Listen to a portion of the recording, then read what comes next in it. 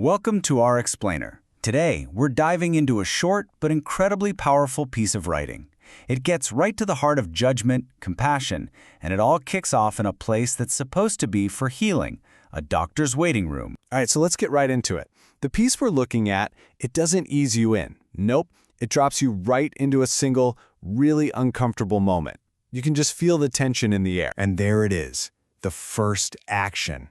You know, it's not a shout. It's not even a spoken word. It's a whisper. And a whisper, well, it's meant to be a secret, right?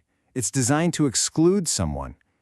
Coming from a nurse, someone you're supposed to trust, it just feels like a betrayal.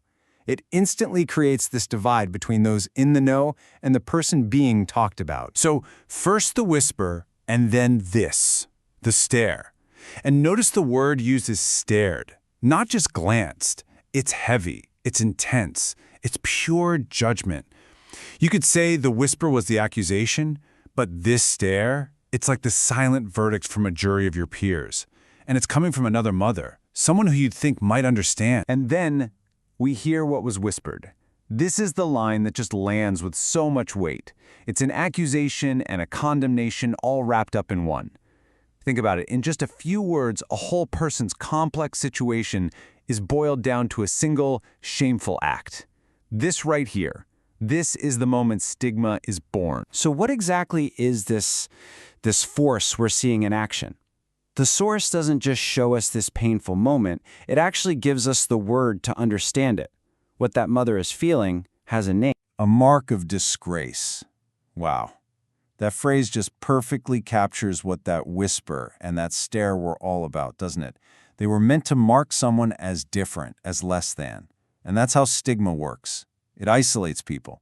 It makes them feel ashamed and alone, usually at the exact moment they need help the most. And this slide really lays out the two paths the source presents. On the one side, you've got everything we just saw in that waiting room. The stigma, the judgment, the whispers. That's the path of shame. But on the other side, there's a totally different way. Support, compassion, help. That's the path of solutions. The source makes it pretty clear. This is a choice between something that harms and something that helps. And the conclusion from that choice is really simple and really powerful. Stigma never helps. It doesn't solve a single problem. It doesn't help the person who's struggling. And it certainly doesn't lead to a better life for the child at the center of all this. It's just a dead end. Okay, so if shame and stigma are a dead end, where do we go from there? Well, this is where the piece does something brilliant. It pivots. It doesn't just leave us with the problem. It challenges us to think about a totally different way forward, all by asking one single question. Just let that sink in for a second. What if all the energy that went into the whispering and the staring, what if it was channeled into finding actual solutions instead? This question, it completely reframes the whole situation. It moves us away from blaming someone for the past and toward helping them with the future. It's such a simple question, but it's everything. So if the big question is, what if we offered solutions? What's the answer? The source gives us one that's just as simple and just as powerful. 2 words. That's it.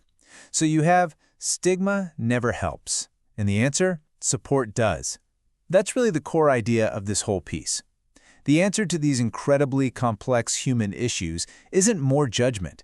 It's support. It's an action. And this is what support looks like in practice. It gives us a clear path. First, end FASD stigma. FASD stands for Fetal Alcohol Spectrum Disorders, which are the lifelong effects that can happen when a mother drinks during pregnancy. The source is saying the shame around it is the single biggest barrier to preventing it and getting support. And the other points follow right from that. Choose compassion over judgment. And, so importantly, support mothers too. It's a crucial reminder that behind every child, there's a mother who also needs our help, not our condemnation. And this all brings us to the final, central idea, a whole new way of looking at these tough situations. You know, this isn't just a nice slogan. It's a framework. It's about making a conscious choice to lead with empathy instead of an accusation. It's about understanding that judgment, well, it just builds walls. But compassion builds bridges. Bridges that can lead us to the very solutions we're looking for. So in the end, we're left with a challenge and we're left with a choice. That story from the waiting room, the one that started with a whisper of shame, that's not the only way the story has to go. We can actually change the beginning. A conversation doesn't have to start with a whisper. It can start with an offer of help. And that, well, that changes everything.